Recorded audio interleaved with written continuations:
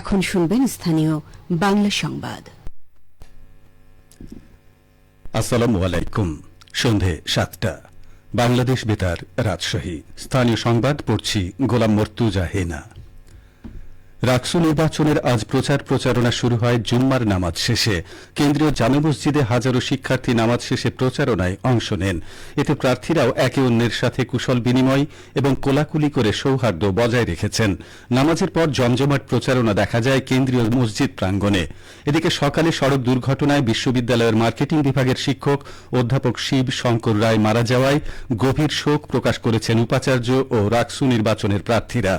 এছাড়া এই ঘটনায় আহত দর্শন বিভাগের শিক্ষক অধ্যাপক আসাদুজ্জামানের আশু রোগ মুক্তিও কামনা করেছেন তারা। বেলা 2:45টায় নিহত অধ্যাপক শিব শঙ্কর রায়ের মরদেহ মার্কেটিং বিভাগের সামনে আনা হয়। এ সময় শিক্ষার্থী ও সহকর্মীরা তাকে এক নজর দেখতে আসেন। বিকেলে তার মরদেহের শেষকৃত্য অনুষ্ঠিত হয় রাজশাহী পঞ্চবটি শ্মশানঘাটে। ডিমে আছে প্রোটিন, খেতে হবে প্রতিদিন, এই স্লোগানকে সামনে রেখে বিশ্ব ডিম দিবস উপলক্ষে চাঁপাইনবাবগঞ্জ জেলা প্রাণী সম্পদ বিভাগ র্যালি ও আলোচনা সভার আয়োজন করে। আলোচনায় চাঁপাইনবাবগঞ্জকে ডিম উৎপাদনে উদ্বৃত্ত জেলা হিসেবে উল্লেখ করা হয়েছে। এই জেলায় বাৎসরিক 26 কোটি ডিমের চাহিদার বিপরীতে উৎপাদন হচ্ছে 30 কোটি ডিম। জেলার চাহিদা মিটিয়ে উদ্বৃত্ত থাকছে 4 কোটি ডিম।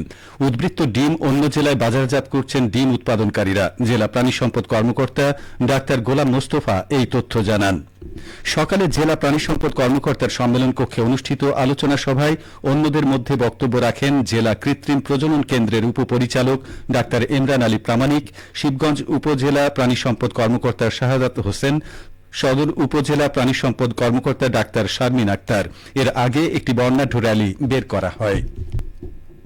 বিশ্ব শিশু দিবস ও শিশু অধিকার সপ্তাহ উদযাপন উপলক্ষে নাটোরে বিভিন্ন বিষয়ভিত্তিক শিশু প্রতিযোগিতা অনুষ্ঠিত হয়েছে। আজ সকালে জেলা শিশু একাডেমি কার্যালয়ে বিভিন্ন শিক্ষা প্রতিষ্ঠানের প্রায় 100 শিক্ষার্থী 3টি গ্রুপে চিত্রাঙ্কন, আবৃত্তি, সঙ্গীত এবং নৃত্য প্রতিযোগিতায় অংশ নেন। জেলা শিশু বিষয়ক কর্মকর্তা মোহাম্মদ আবুল কালাম আজাদ জানান, গত 6 অক্টোবর থেকে শুরু হওয়া বিশ্ব শিশু দিবস ও শিশু অধিকার সপ্তাহ বিভিন্ন কর্মসূচির মাধ্যমে পালন করা হচ্ছে। আগামী মঙ্গলবার সমাপনী দিনে প্রতিযোগিতায় বিজয়ীদের মাঝে পুরস্কার ও সনদ প্রদান করা হবে। বাংলাদেশ জামায়াতে ইসলামী রাজশাহী মহানগরের উদ্যোগে জুলাই সনদের ভিত্তিতে এবং পিআর পদ্ধতিতে নির্বাচন সহ 5 দফা দাবিতে বিক্ষোভ সমাবেশ অনুষ্ঠিত হয়েছে। আজ সকাল 10টায় রাজশাহী নগরীর আলুপট্টি মোড় থেকে বিক্ষোভ মিছিল শুরু হয়ে গণকপাড়া মোড়ে গিয়ে সমাবেশে মিলিত হয়। সমাবেশে বক্তারা বলেন, এদেশে আর কোনো ফ্যাসিস্টকে দেখতে চায় না জনগণ। সকল ভোটারের মূল্যায়নে পিআর পদ্ধতিতে নির্বাচনের কোনো বিকল্প নেই। এই পদ্ধতিতে নির্বাচন হলে মনোনয়ন বাণিজ্য, রাজনীতিতে পেশি শক্তির ব্যবহার, রাজনৈতিক দুর্বৃত্তায়ন এবং কালো টাকার প্রভাব কমে যাবে। রাজশাহী মহানগর জামায়াতের আমির অ্যাডভোকেট আবু মোহাম্মদ সেলিম সমাবেশে সভাপতিত্ব করেন। নগর জামায়াতের সেক্রেটারি ইমাজউদ্দিন মণ্ডল ও সাংগঠনিক সম্পাদক জসিম উদ্দিন সরকারের যৌথ সঞ্চালনায় সমাবেশে দলের বিভিন্ন পর্যায়ের নেতৃবৃন্দ বক্তব্য রাখেন। খেলার খবর, টেনিস।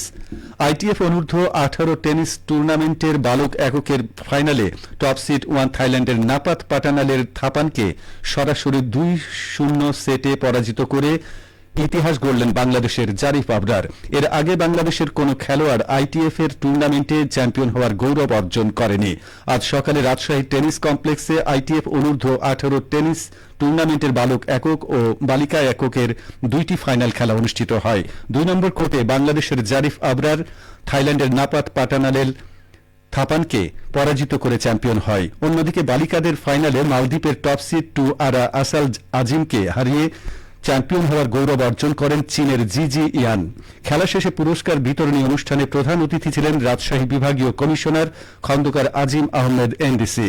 এ সময় বিশেষ অতিথি ছিলেন আরএমপি কমিশনার মোহাম্মদ আবু সুফিয়ান, রাজশাহীর জেলা প্রশাসক আফিয়া আখতার, বাংলাদেশ টেনিস ফেডারেশনের ভাইস প্রেসিডেন্ট আশরাফুজ্জামান খান, রাজশাহী টেনিস কমপ্লেক্সের অ্যাডহক কমিটির আহ্বায়ক মোহাম্মদ হাবিবুর রহমান। সবশেষে আবহাওয়া। আজ রাজশাহীতে সর্বোচ্চ তাপমাত্রা ছিল 33.2 ডিগ্রি এবং সর্বনিম্ন 24.5 ডিগ্রি সেলসিয়াস। সন্ধ্যে 6টায় বাতাসে আপেক্ষিক আর্দ্রতার পরিমাণ ছিল 88%। রাজশাহী ও পার্শ্ববর্তী এলাকায় আগামীকাল সূর্যোদয় ভোর 6টা 1 মিনিটে।